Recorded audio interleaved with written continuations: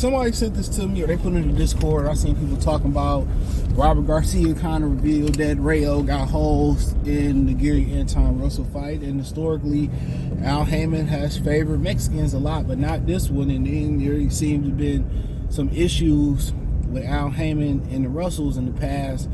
And I guess, Gary Russell Jr., he a full-time trainer now, he fought in 3 years. I ain't mad at it. So basically, Robert Garcia revealed that they asked Rayo, why fight Gary Antuanne Russell? He wasn't mandated. It was a voluntary fight. He said, they told me it was him or nobody else, or go on the shelf. And like I said, man, when you're dealing with somebody like Al Haymon, bro, and I understand you don't have many options in the sport of boxing, and if you ain't a true blue chipper, you don't have those options that you think you have. You know what I'm saying? So, a lot of the times, man, if I can't sit down and meet with you, and Better BF was one of the fighters used to be Al, he said he never met Al Haymon. If I can't sit down and meet with you and you move a certain type of way, it got to be my only option.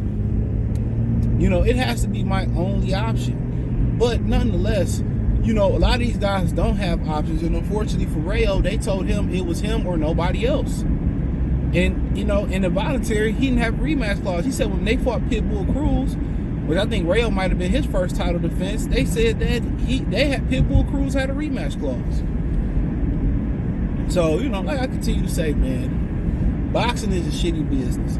It was built on corruption. So when y'all see this shit with Tank taking a knee, it was built off corruption. It was built off, a lot of fighters taking a dive. It was a lot of fighters, that was built by dirty money, built by corruption. So what you see with Canelo and the Peds and all this type swept under the rug, think about the shit that we don't see. Think about the stuff that goes on today that we don't see. Just think about that. The things that get swept under the rug. The things that they hash out behind the scene. Y'all thought Oscar Rivas and Dillian White was an anomaly where he was forced to fight. He fought Dillian White, didn't know Dillian White popped hot. Dude, do y'all know how that happens? These commissions don't care about the well-being of fighters. All they care is about the money they make and the potential money they can lose. That's why they were so strict on Khabib whooping on Conor McGregor's ass, which he should have, because he went into the stack crowd and they could have been liable and they could have lost money. All they care about is that cash flow. How much they can make. You know what I'm saying? How many times you probably heard you didn't hear a fighter popped high? And that's why PBC got a privacy clause. A fighter popped high, and they came to an agreement. Everybody came in agreement. They get a fighter a couple extra dollars. Commission didn't want to lose no money, so they was like, okay, we just keep this under wraps. Man, it happens a lot. I guarantee you it do. And they got kind of this saying I've been hearing going around, like, only regular folks play by the rules. But the problem with that is, when you don't play by the rules, eventually it bites you in your ass. That means once you step out the bounds and you play a dangerous game, you know what I'm saying? They can pick and choose who they want to make the example out of. That's the crazy thing about it. They can pick and choose who they want to make the example out of. So when you play them white collar games, yeah, a lot of times you able to keep your money, but they gonna get that time out. You under their control. Nobody's really truly liberated. The only people that really got liberation, to be honest with you, is the people that actually live off the grid. That hunt and kill their own food and all that. Even the farmer, they got that farmer out there in Colorado, that black farmer, which Anton Daniels, and I met that dude not too long ago. Cool dude. I don't agree with him talking about it's no oppression out here and all that bullshit. Read that Colorado black family, and they terrorizing their farm. They terrorizing their farm. Still to this day, that shit is going on. What about that? I think that black lady down there in Tennessee, she started a beauty supply. I think it was in Tennessee. All the Asian beauty supplies around her dropped their prices and put her out of business. So don't tell me that black people ain't got a different uphill battle. Don't tell me that. You can do it all right. You know what I'm saying? And it's hard. So I feel bad for Rayo because I like Rayo. But he just happened to be one of those Mexicans that, Al Haymon don't give two damns in the fuck about. That's it. This fight or nothing. And guess what? I tell y'all, can't nobody afford to miss no meal out here. Can't nobody afford not to work. Even if you got investments, that shit can go into the shitter. Everybody got to have a primary cash flow coming in. And that's messed up, where they told him, oh, you got to take this fight or no other fight. And then the contracts that they signed with that man, he got full autonomy over your career.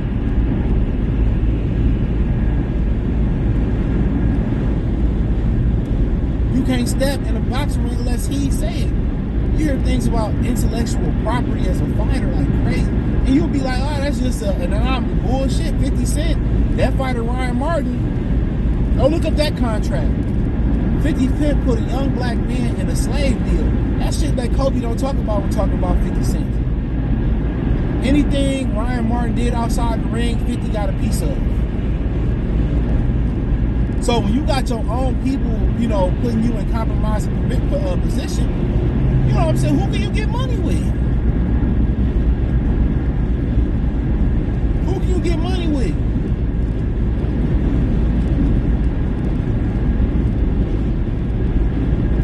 Well, you put money up front, a little bit of money up front, bro. These people don't, in the business world, bro, people don't move in good faith. They don't move in good faith.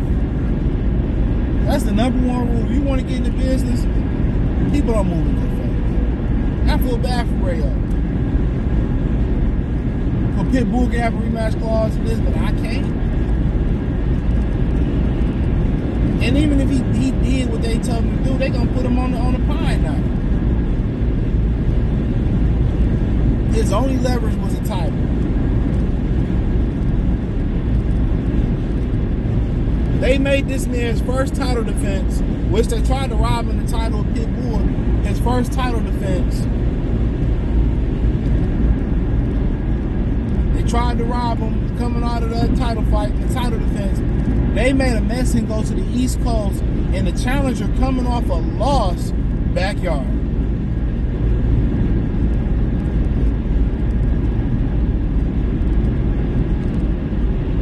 He damn right, got the right to call Al Haymon a nigga. Or with the ER at the end of it. He damn near got that right. he damn near got that right, bro. For real.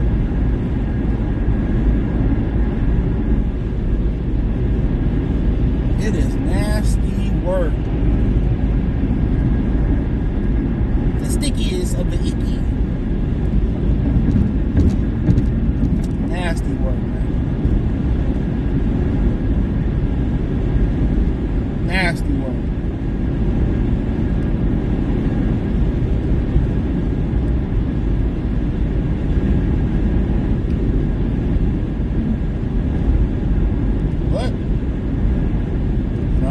They come with the territory, man. I feel bad for them. Probably gonna sit on the pond for a long time.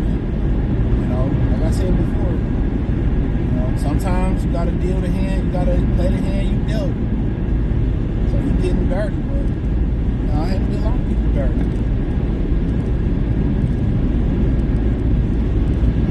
Like I said, man, can't nobody afford not to work and go into a legal battle right now.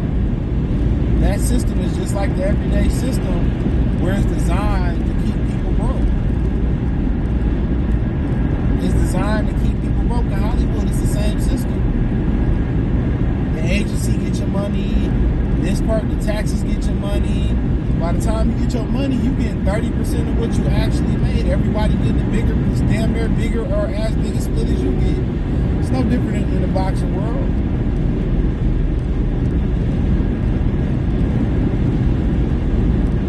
Then you got these obligations that you gotta show up to these different fights. You gotta make appearances here, talk to these people. It's crazy work.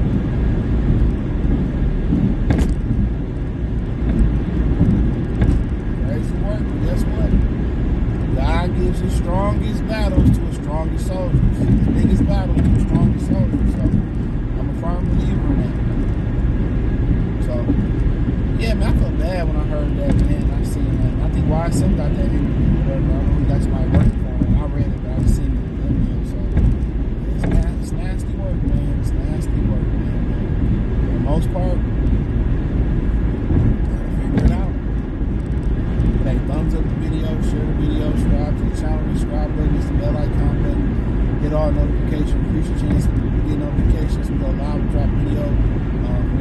want to support the channel, Cash App, $CJ Good313, Venmo CJ Good313, PayPal link in the description, hit the link tree, follow me on X, Instagram, Spotify, Anchor, Cash App, Venmo, PayPal.